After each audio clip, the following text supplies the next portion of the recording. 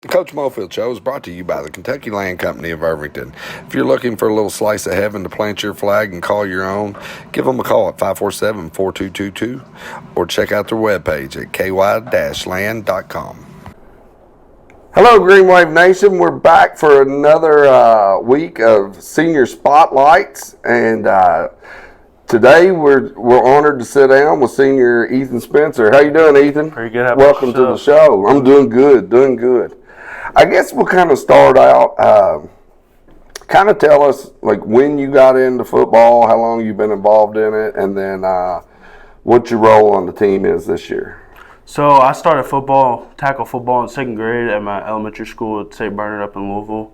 And,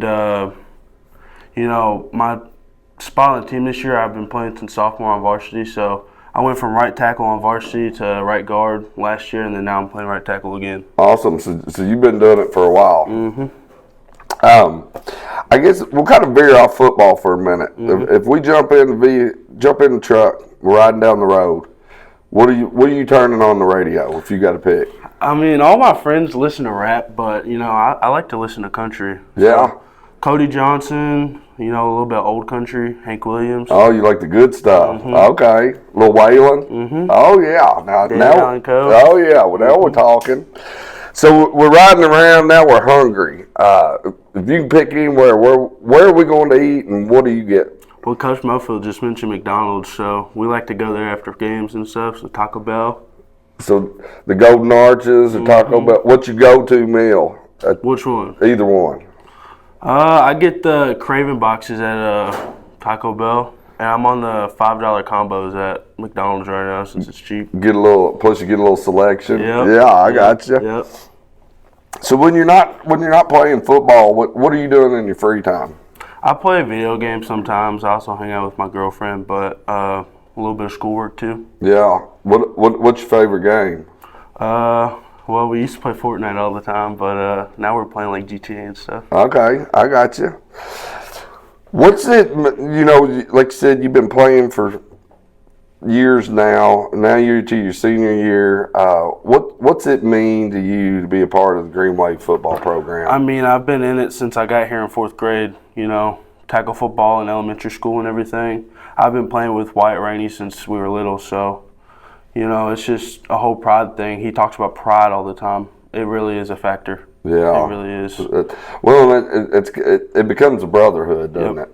You got each other's back and through thick and thin. And with all that knowledge now, if you were going to sit down, if a fourth grader wanted to talk to you about football, what would be your best advice to give a youngster? I would say that it teaches you about being a man, even though most of us aren't yet, But it teaches you about being a man, having responsibilities, being disciplined, and taking care of another person. Yeah, great qualities. Yep.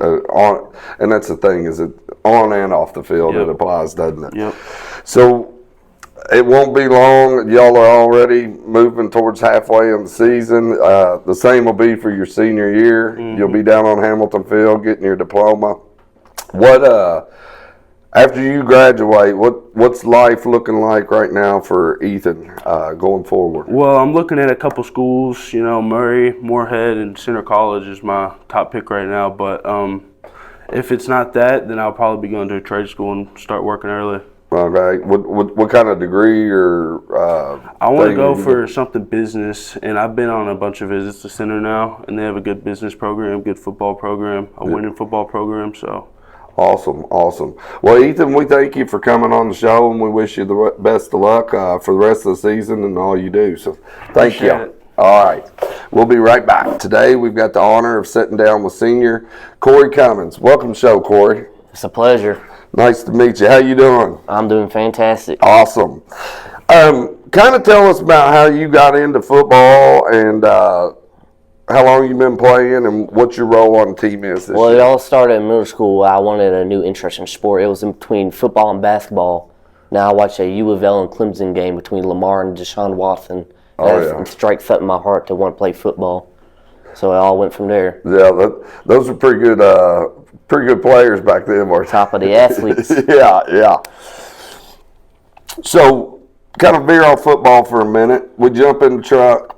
you can turn the radio on, anything. What are you picking if you got a choice to listen to? Well, it's always a mix. One day I'll be listening to Red Hot Chili Peppers, then it'll be David Allen Cole, maybe put on some Tupac. It doesn't matter what I listen to. As long as it's good music. As long as it's good music. I'm kind of like that myself. Mix it up. Exactly. As long as it's good. So you got a favorite song? Right now, my favorite band is Audio Slave with Chris Cornell and the band of Rage Against the Machines. Okay. Nice. Now we're riding around. Now we've got hungry. If you can pick anywhere, where are we going to eat, and what are you picking? The Golden Arches. The Golden Arches. What's your go-to at over at McDonald's? It's never the same. Some days it'll be chicken nuggets. The other day it'll be a quarter pounder. So kind of like the music, you mix it up. I don't care as long as we're doing it and enjoying the moment. Yeah, oh, that's awesome. So when you're not playing football or practicing or here at school, what are you doing in your free time? Well, Mr. Hobbs, I'll be a liar if I told you I was doing schoolwork. But most times I like to spend time like looking at cars, working on my truck. You know. What kind of truck you got? Right now I have a single cab Chevy Silverado. I'm planning on engine swapping. Nice. That'd be a little bit of job on it. It is a long job. What's it mean, now that you're a senior on the team, what's it mean to you to be a part of the Greenway football program? It means a lot because my family is me kind of grown. We've been here for ages. And to be a part of that culture means a lot. Yeah, and it's like we talked to some of the other seniors. It's a brotherhood, isn't it? It is. Yeah, it's a whole nother family. Yeah. So if we had a youngster getting ready to looking at starting youth football here, what would be your best advice now as a senior, looking back on everything to tell them? Just so many things to say with so many little words. It creates a family. You get brothers you didn't know you ever had. It like makes you the person you are today. Yeah, on and off the field. I know. Yeah. To think what I'd be without football, I just couldn't imagine it. Yeah. Oh, that's awesome. So to be able to have a little kid come and join football, make him a man he could be, it's a lot. Yeah. That's great advice.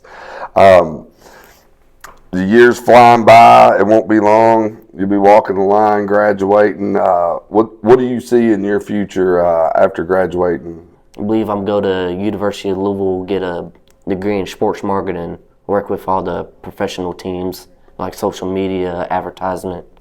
Oh, nice. So stay involved with sports. Mm-hmm. Yeah, that's great. Well, Cory, we appreciate you stopping in, and we wish you the best of luck the rest of the season and in life in general. Take care. You too. Yeah. All right. We will be right back after this. Hello, Green Wave Nation, and welcome back to another week of the Coach Larry Mofield Show. Coach, good to see you again. Good to be here after a win. Yeah, that's always big, right. And here we are approaching halfway point. But I guess we'll do like we usually do and take a look back. Like you said, big win against the perennial rival. So I guess kind of give us your rundown of how you thought things went last week, because I know and we know this was Central. I think last year it was like this. We jumped out big, and then, but they're not going to just lay down, and then kind of talk about. You're right, Chad. It was about 3 games rolled into one, is what it felt like. The first game was we got up, got on them. I do think we may have had a chance to put them away, but we turned the ball over, give them some momentum, and then that was kind of the first game was we were up and could have had a chance to put them away. Second part of the game was they were up, stayed up until another huge play in the game turned the momentum in our favor. So it was about to tell of 3 games rolled into one game, and the emotions, there was a lot going on. I mean, and it was up and down. And one thing about kids is you find out how resilient they are when their backs are against the wall a little bit. It's amazing what momentum will do in the game. We had a chance to probably opportunity to put them away there. I think if we could go up 21-0. Their offense is not built for catch-up. They run the veer and they run some wing tee stuff. They throw it, but I don't know if they throw it well enough to overcome a 21-point deficit if we don't keep shooting ourselves in the foot. But anyway, our kids battled, hung in there, and fortunately on that turnover that they ran back for a touchdown, the touchdown was taken off the board because of a block in the back. And those are plays where we show our kids. Backer Robinson was hustling down the field to attempt to make a tackle on the guy that recovered a fumble. Well, Backer wasn't close, but he was hustling. What happened was one of their players comes and just wipes him out for absolutely no reason at all, because their player had probably was getting ready to cross into the end zone. Well, that nullified that score, and they only end up kicking a field goal, so it's 14-3. So that was a huge play in that game. But it was a very physical game.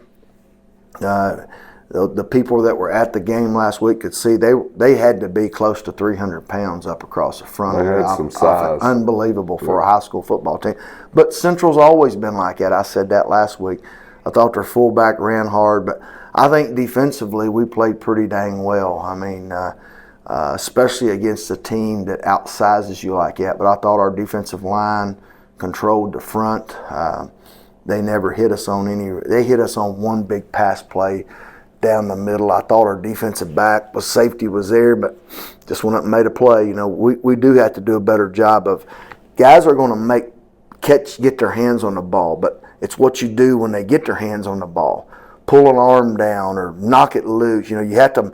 When you say make a play on the ball, doesn't necessarily mean before it gets to the receiver. Sometimes the receiver gets his hands on the ball, knock it loose. I can't tell you how many games you watch NFL and pro that guys get both hands on the ball, but what does that defensive back do? You know, knocking it loose, doing something, pinning an arm down, which is technically probably would be pass interference, but things happen like that. If you can pin that arm down right as the ball gets there, now they're limited to one hand. But we can, those are things we can clean up. But our kids came back, they fought, we got to win, and it got ugly at the end of the game. But I do have to defend our kids. I think there were a couple of dirty, late hits, late shots, and then anybody's got to. You know, you can go back and watch them on film. You know, last year I sent opposing team that we played. I sent about 4 or 5 clips of a game, not of Central Hardin last year, but another team. I sent it to Julian Tackett, KHSAA, and said, basically told him, I said, Julian, the game is already risky and to a certain extent dangerous enough. When I say that, you know, you don't need to add any elements to it. Yeah. You know, and when you allow players to get wiped out beyond the play or get some of the stuff that were done to our kids on Friday night by Central Hardin players, you know, there has to be some kind of repercussions in the game. I don't know what it is, but high school football has to clean that up. Yeah. And that's an area that needs some attention, that gets totally swept under the rug, I think. And that's my opinion. I've been doing it a long time. Yeah. But anyway, I'm proud of our kids. We had one young man that got an unsportsmanlike conduct, but the courage of him, he texted me at 1 o'clock in the morning and said, Coach, I apologize. I elevated myself above the team. But, you know, but he happened to be one of them that the late hits and unnecessary roughness was done to, you know, and that I'm not excusing what he did, but I thought the officials did a good job. But you know, I'm convinced, Chad, after doing this a long time, you know, every once in a while you'll have a kid that'll do something like that. As a coach, you got to correct it. Yeah. You know, especially something that could hurt or maim a kid. And then some of the things the antics that were done were just nonsense. And I'm proud to say that it weren't green waves. Yeah. I'm proud to coach, and I told our kids after the game, I'm dang glad I'm coaching the Meade County Green Waves tonight, because I was really disappointed in what happened on the other side of the field. Well, and that's what they were chirping for a while, but then it's like I remember down here on our sideline, I forget who it was that caught a ball and was down and clearly down, had his back up. That was RJ. It was RJ, and the kid just come in. I mean, it was beyond a late Unbelievable, yeah. And you know, and don't chirp when you're getting your butt beat. Yeah. And I tell our kids, when you're getting your butt beat, the chirping best stop. And they were getting their butts beat, and they were doing some chirping. So yeah, I was pretty. You probably saw I was pretty. I'm gonna defend our kids. You know. I tell our kids, you stay off the referees. I'll get. And I wasn't. I just told the referees. Tim Sharp's crew is one of the best in the state. He and Maurice, they do a great job. And that whole crew, I thought, did a pretty good job. And one of the things I do, really about the only thing anymore you can get thrown out for is punching somebody.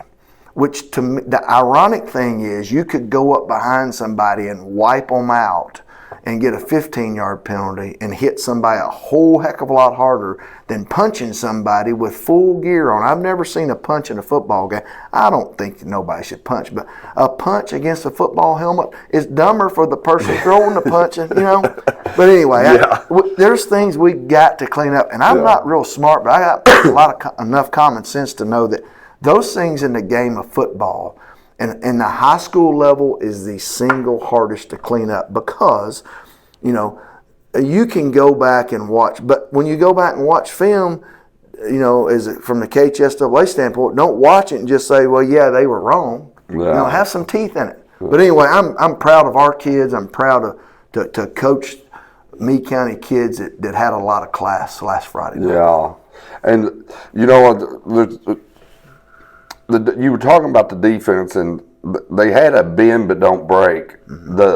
The thing that kind of was unforeseen, especially in high school football, is they had a heck of a kicker. Yeah. You know, I know they lined up for that first 43, 44-yarder, and I thought, well, we're good on this, and then he drills it, and then he hit another 40 and another 30. But what was, I thought, probably to me, one of the key moments was, you know, it went back and forth, and I forget what the score was, but it was pretty close, and Central went for it on 4th and 1. Mm-hmm. They had some success throughout the game, you know, picking up yardage like that, and that line just submarined in and held, and I mean, I thought that was a huge, you know, the touchdowns and stuff are what gets the cheering, but that got me going because that was a pivotal moment to me. You're absolutely right, Chad, especially knowing that their offensive line is around 300 pounds per man, and their quarterback's a good-sized kid too, and you're right, that was huge. That was impressive. I 100% agree with you. That was a pivotal moment. I think another pivotal moment too was when we scored on the hook and lateral. We call that special, and that kind of got us going again. Yeah. You know, we were kind of sputtering there a little bit, and you know, we talked a lot this week about how to finish. You know, we get in a point. We've had a loss on our schedule that we probably, maybe two, that when we could have probably finished the game and we left a bunch of points on the field. We have got to learn to finish. As fun as this bunch is to coach, we have these lapses where we allow other teams to, you know, get back in the game when we got to take care of business. Central's a good football team. Their record wasn't very good, but they're a good football team. They played some quality competition, and I mean, they hung right with Manual for at least a half because they were so big up front. They were able to kind of push Manual around. But we got to learn how to finish. You know, yeah. I think one of the positive things too, we came through that game relatively healthy, which is hard when you're in a physical contest. It was, you know, and then the late hits that we sustained and extracurriculars that. You know, we're just fortunate nobody got hurt during that. But our kids were resilient, and they came back, and we got a win. I thought our crowd was into it. It's pretty cool at the end when the kids, you know, I even contemplated, this is one of the first times in maybe 30-something years I've coached, to not send our kids over to shake hands. And it wasn't lack of sportsmanship. It was, if you do something at the end of the game, you get thrown out. Yeah. And, you know, if you're walking across there and a kid punches you, what's your natural reaction? To punch back? Yeah. And I didn't want any of our kids thrown out, but upon talking and conferring with some of my assistants, we felt like the best thing to do. We just kind of staggered our coaches. You know, I'm sure if I didn't do that, everybody'd say, "Oh, Coach Mofield, you got terrible sportsmanship." But they don't know the situation sometimes. When do I want 10 of my kids kicked out for next game? because somebody threw a punch. No. So, but we decided to, and it all worked out. And but our kids, I think, were getting a little tired of the nonsense that was taking place coming from the opposing team. Yeah. So, and you know, at times enough's enough. Oh, yeah. Well, I was going to say, as an adult, enough's Yeah. enough. And then enough's you take enough. 16, 17, Right. 18-year-old boys. You don't want to do it. I tell our kids all the time, second offender gets caught. Yeah. So you got to be careful. But you also, there's a point in there. You don't get pushed around. A few years ago, we played a John Hardin team over at their place, and they were pretty dang good. And they come out, and it's one of the we didn't have a lot of success with John Hardin over the years, but they came out over on our side of the 50 and started barking and heckling our kids. I told our kids, I said, don't put up with that. We weren't gonna, and that's a little bit that kind of stuff, trying to intimidate, push us around, do some foolish stuff Friday night, and I think our kids had enough. So I'm proud. Like I said, I told our kids, I said, I'm glad that we're wearing the green and white tonight. Yeah. That makes me proud, and I was proud of them. I was happy with our fans. I thought our fans stayed in it, but it was a good win for us. Yeah, absolutely. And we're back home again. It's always good to stay home, especially after a big win. Last week, got back to 500. Now we're looking Friday night. We got Daviess County, another old foe from down the road a little bit further, but no stranger to us. And kind of just looking at them on paper, it kind of looks like one of those trap games again, like we talked about with Central last week. That the record. May be deceiving. They have come off, Chad, they were feeling pretty good for about 3 or 4 years in a row. They had a heck of teams, I guess, how you would say it. So they were good.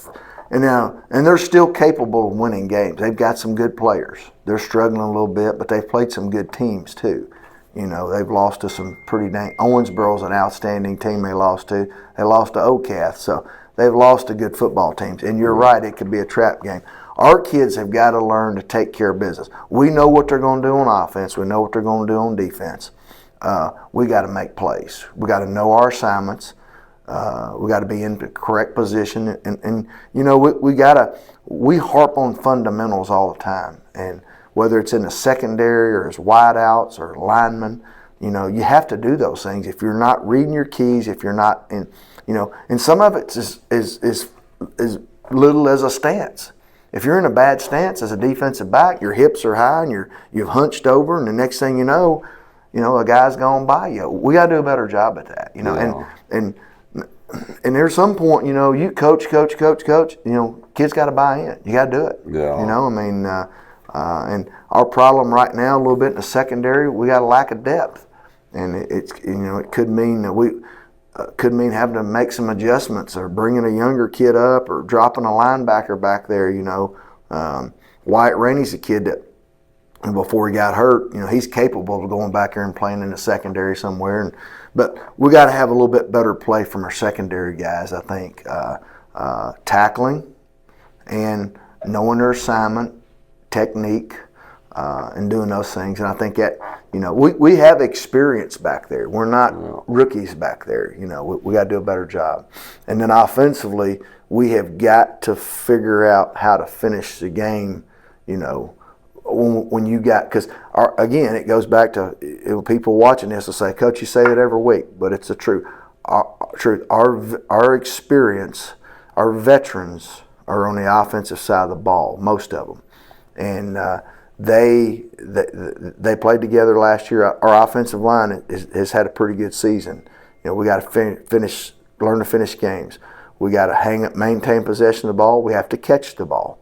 We have to block, and we got to learn to finish games really as a team. But really, I'm putting a little more emphasis on it because I think that's an experienced group of kids for us. I think it's a talented group of kids. So I'm not saying we're not talented in special teams and on the defensive side. It's just the most veteran group that could really lead us right now till we get all the other areas.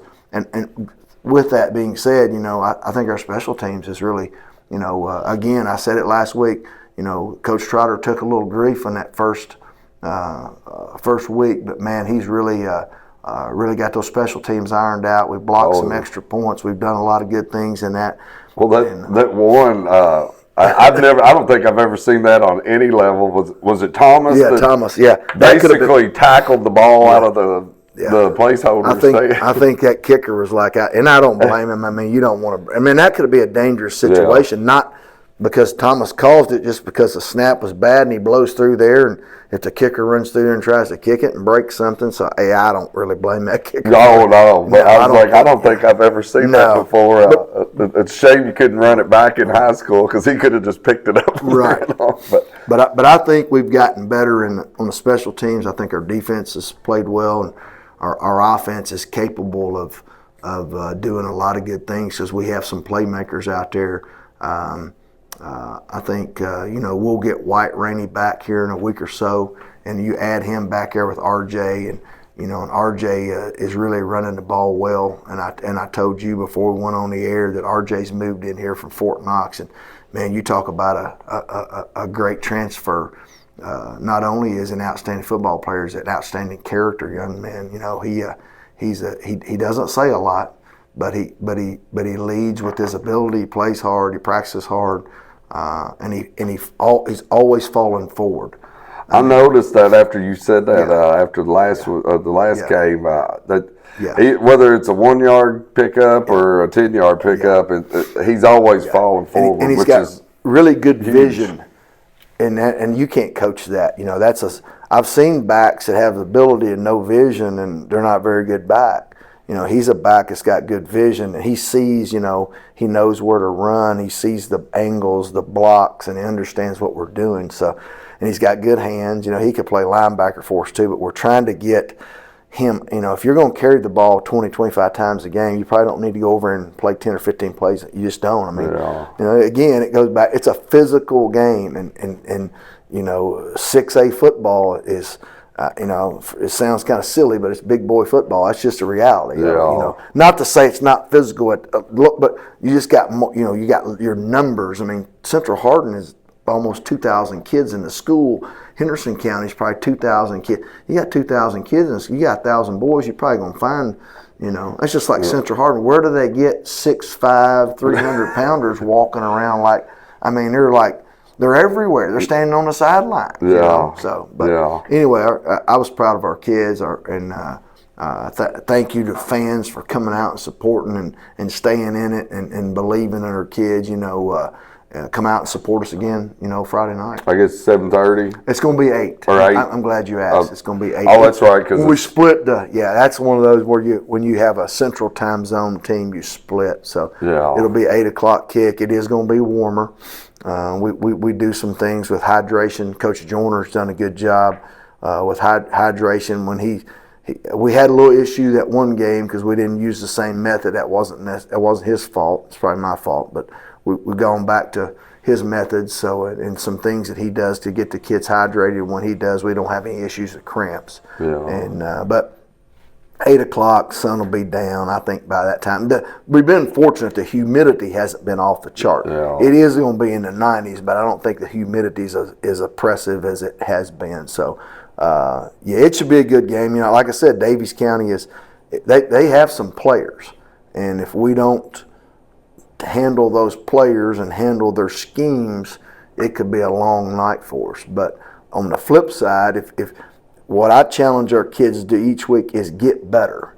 Our opponent sometimes is not necessarily the team in the opposite color. It's us. Can we overcome ourselves? Can we overcome the penalties? Can we overcome the turnovers? Can we overcome a lack of focus in being in the correct stance on defense, reading our keys? Those are things that we have to really hone in on and do. I've said this in the past. Being a high school football player, a lot of people associate football kids as not always being the sharpest. That's probably the farthest from the truth. We have some very bright young men on our football team. They got good character. They do a great job in school, and you have to. The things we're asking them to do, you have to focus. And you have to pay attention. You have to be a student of the game, just like you have to be a student in high school, if you want to be successful. If you don't, Coach Scott puts a ton of film out there for our kids to watch. He spends countless hours breaking it down and getting our kids in the correct position on defense. He's done that for years, and I can't tell you, I told somebody this multiple times, I don't think we've ever been in a situation where we've been we're ill prepared. We're always prepared. You know, the question is, you know, sometimes you might get, if you got a 6'5" receiver on a 5'7" defensive back, that's hard. You got to go out there and play with all you got. You know, but we're in the right positions. We're doing the right. Now we got to execute. We got to buy in. Are we gonna have our hips low and run with the receiver? You know, or we're gonna do those things? Are we gonna keep our outside arm free? Like we tell them I can't tell you a day that we've gone by, keep your outside arm free. Don't come inside.